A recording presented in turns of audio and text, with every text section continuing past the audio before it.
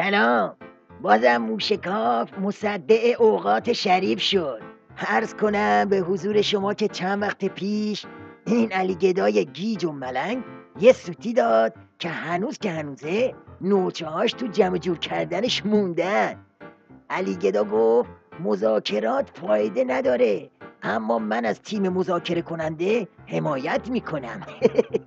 حالا ببینید خرچنگ ولایت واسه ماسمالی سوتی آقاش چه دست و پایی میزنه. اوباما دیروز گفته که تحریم ها ایران را پای میز مذاکره نشاند.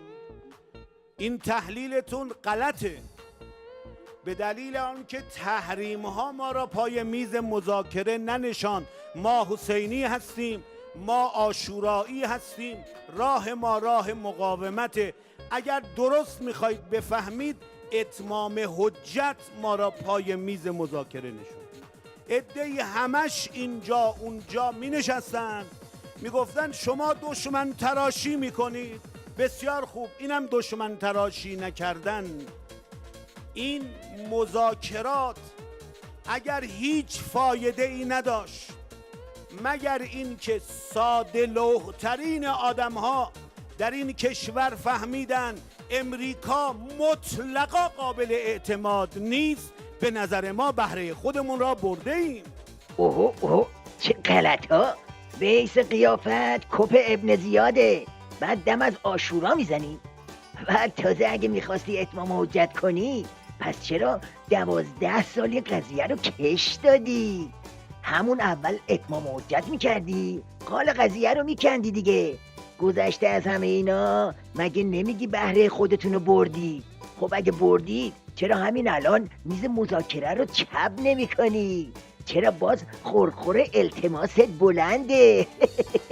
یکی از مسئولین امریکایی گفته که حتی اگر مسئله هسته‌ای هم با ایران حل بشه در عرصه‌های دیگر ما چالش با ایران داریم. ما هم حرف ما اینه حتی اگر مسئله هسته‌ای ما با شما هم حل شد، نفرت از استکبار از جان این مردم نمیره و فریاد مرگ بر آمریکای مردم ما بلنده. قبل از اینکه ارعر ضد امریکایی تو بلند کنی یه نگاهی به برپاره های باند رقیب بنداز، ببین چه خبره، ببین چه نرمش بازاریه. در پرونده هسته‌ای و توافق در این زمینه نباید تأخیر شود. تفاهم بین ایران و 5+1 باید به نتیجه برسد. در این راه آنها که از روی نادانی ساز مخالف میزنند باید بیدار شوند که منافع ملی کشور میتواند با عدم توافق به خطر بیفتد. حالا علت این دستپاچگی اونم تو آستانه مذاکرات چیه؟ جوابو از زبون این خرس کارشناس بشنویم. دست آقای اوباما بسته تر شده. قبلا هم که عرض کنم کنگره سناش دست دموکرات ها بود، اونجا جمهوری‌خواه مشکلات ویژه‌ای رو ایجاد می‌کردن. الان در حوزه تصویب قوانین جدید جمهوری‌خواها با دست خیلی راحت‌تری، دست خیلی بازتری میتونن عمل بکنن. الان وضعیت بدتر شده.